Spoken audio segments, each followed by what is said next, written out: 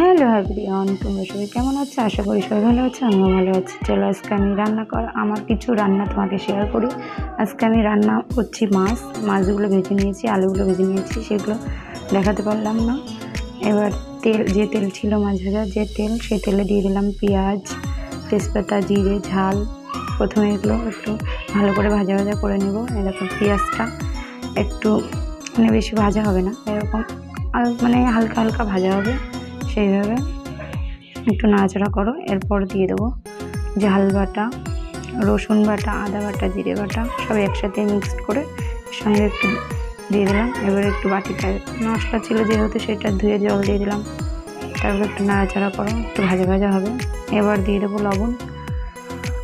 লবণটা দেওয়ার পর আর একটু নাড়াচাড়া করো। নাড়াচাড়া করার পরে তোমার একটু হবে, তারপরে দিয়ে দেবো আমি হলুদ দেওয়ার পরে একটু ভালো করে কষিয়ে নেব।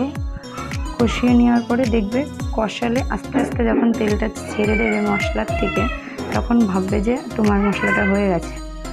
এইভাবে যারা নতুন যারা রান্না শিখছো তাদেরকে বলছি, আর যারা রান্না পারোই তাদের তো ভালোই লাগবে না।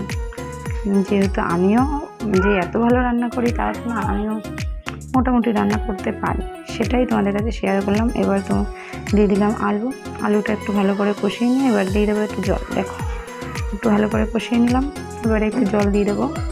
জল দেওয়ার পরে তারপর কিছুক্ষণ ঢেকে রেখে দেবো।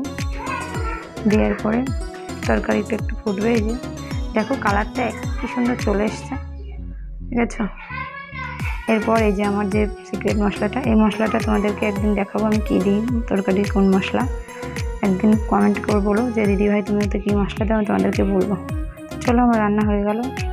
এটা আমার খেতে বসছি, তোমরাও খেতে